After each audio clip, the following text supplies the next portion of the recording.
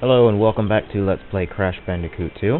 We just finished the pits in the last episode, and it looks like all crystals have been collected for the stage. So we're going to stand in the middle of the warp room here, and Crash is going to be pointing up, so you push up to proceed.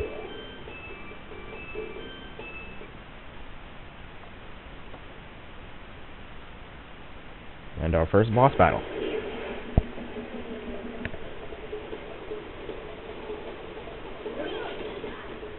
This is Ripperoo.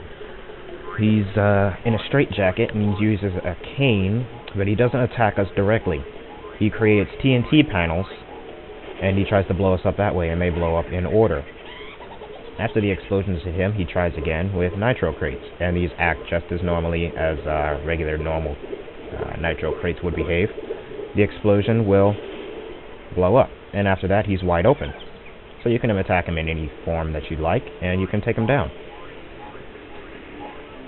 Most bosses in this game have about 3 health points, with the exception of maybe 1. Just be careful not to let yourself get a little too carried away with the explosions, and you shouldn't be too much of a trouble.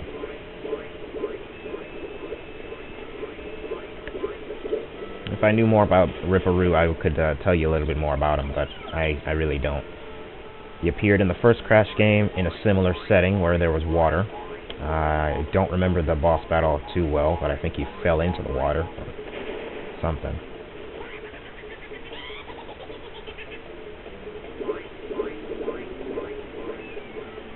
And this last part is kind of tricky. You got a real small spot to hang around in, but then after that, he's done.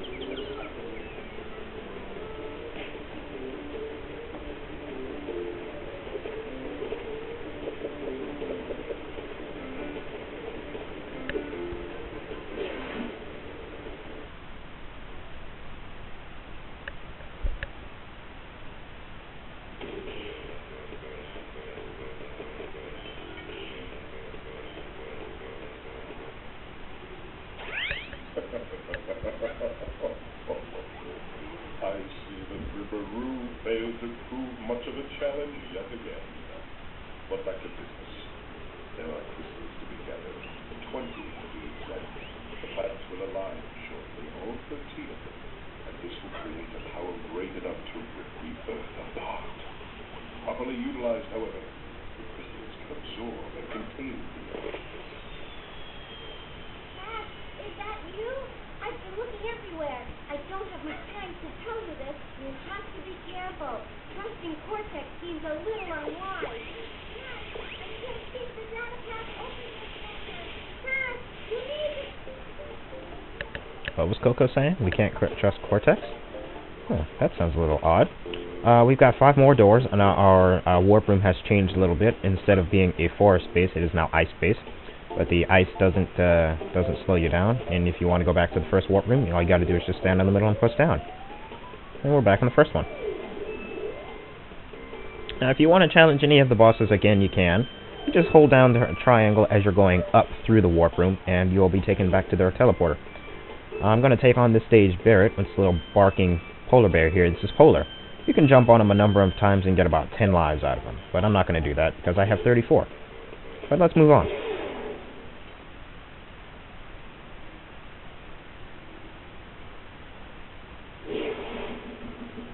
This stage setup is a little bit different. You're going to be riding on Polar. You want to stay out of the water because Polar can swim, but Crash still can't. And we're in a snowy area, so Crash will have maybe get a little chill. And I missed that box. Okay, great. So I'm going to be coming back to this level again in the future.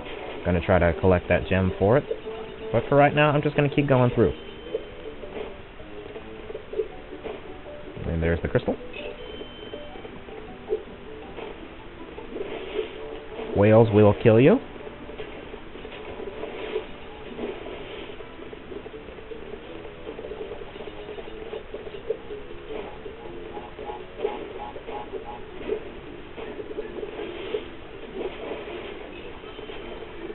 This is a good way to rack up lives if you know what you're doing. If you get a little too careless and don't pay attention, you can lose just as many lives as you gain. But seeing as this is the first time you actually do this kind of thing, it's not going to be too difficult. It's not going to beat you up too bad.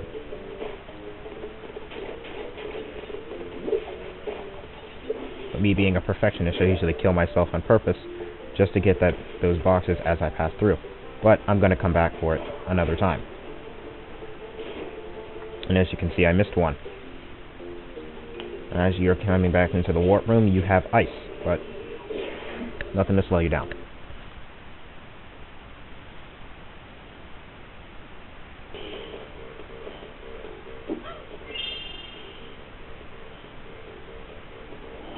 Alright, we got the crystal. On to the next one.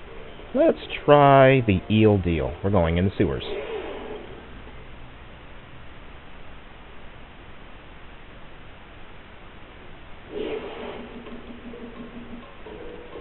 The eel deal is a pun on the real deal, which has varying meanings, but we got some sewer scrubbers, which oddly enough will try to hurt you. They're not aggressive, they'll just try to get in the way. And we have an eel in the water. You just put some charges in the water every now and then. So you just gotta wait for your chance and then move on.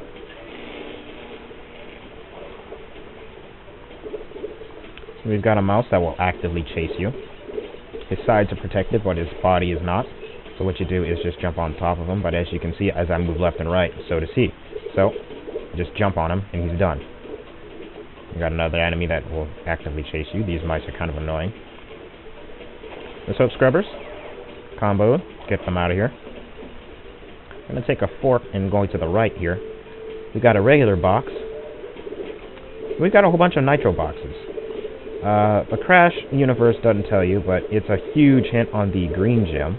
And there's a holographic door that we just run through. And we are in a death route. More nitro boxes. Rolling barrel. Just wait. We've got some floating platforms. When you jump on them, they will sink.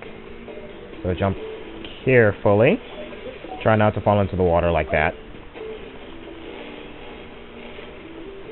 Scrubbers. And the mouse.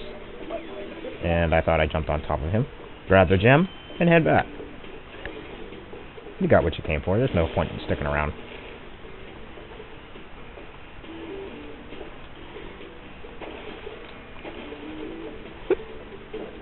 And we're headed back. Just watch out for that drum, because that drum isn't friendly. And even if you die after collecting a gem or crystal, you're going to still have it in your possession, so you don't have to go back through the path. Just want to proceed carefully so the camera pans out. So, and that's what happens when you die by nitros. But that's okay. As I said, I got the gem, so I don't have to go back through that path to get it again. It is in my possession. I will go back into the green room, though, because there was a regular crate that I have to break again.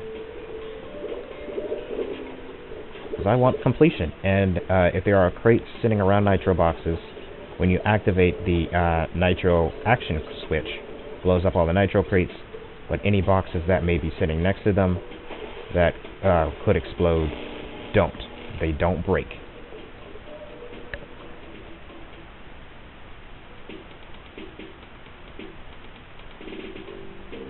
Alright, so we got an underground sewer bonus area. Hit the action switch and move on.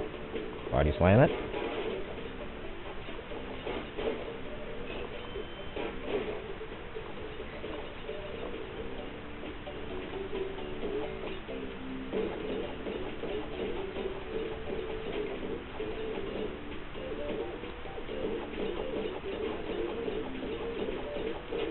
These function the same way as the bounce crates that are breakable, except you just can't break them. Body slam them, you bounce right off. And I got my life back.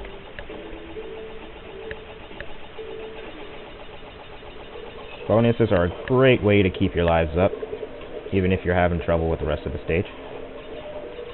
I'm going to go left, because that's where the crystal is.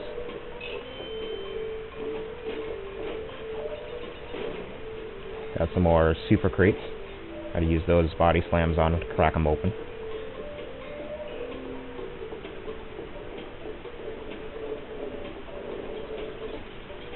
These mice are persistent, but as long as you just jump over them, you should be alright. I think I mistimed that. I got a little ahead of myself, and I got electrocuted, but I'm okay. And that's a 2 combo.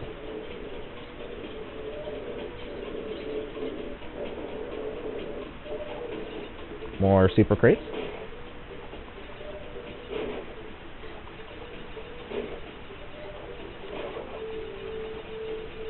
And we're going to go down.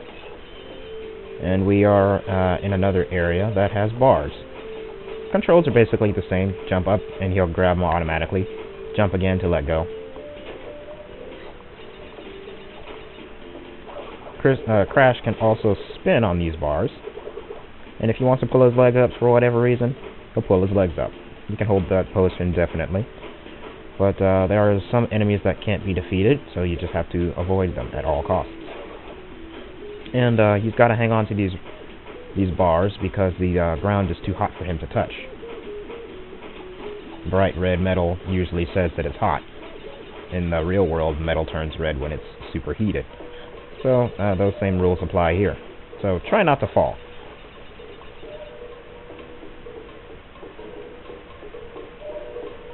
You gotta watch these guys because they're watching you. They'll just simply watch you. They're obstacles, not enemies. Grab the gem, and we are on our way back to the warp room. And that was the eel deal. Eel easy.